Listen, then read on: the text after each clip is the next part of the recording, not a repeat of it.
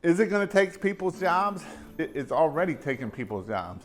People are already getting laid off, even at Microsoft, even at these other places. Tens of thousands of people have been laid off because of ChatGPT, not just ChatGPT, but AI figuring this stuff out, because some of these companies have their own AI, and it's crazy what's happening.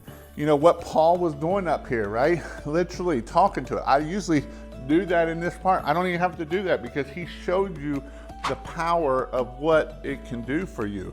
You can literally, when he's talking, you can hit the video camera and be like, man, I actually worked on a car that I couldn't see very apart. I'm like, what down there, what do I need to do to fix that? And it was like, it looks like this, so this, you need to take that bolt off that. And it literally walks you through what you need to do.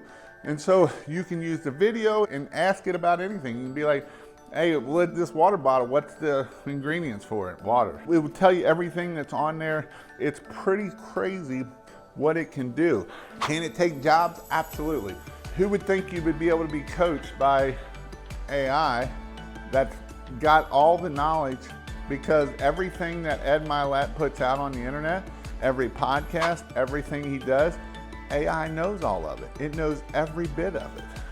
So if there's people that you want to know about or write about, I will put my stuff as write it like Dan Kennedy would, write it like Grant Cardone would, write it like whoever you like or whoever is like what you want to be at, and write it like that, right? Dan Kennedy's, if you don't do this, you're going to miss out and you're going to lose everything.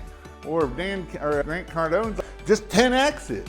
And so you can write like that. And so you can do that. You can write like Jason Guyman. It's not going to be good if you do that. I wouldn't suggest that one, but that's what you can make it write like. It'll be 2 sentences.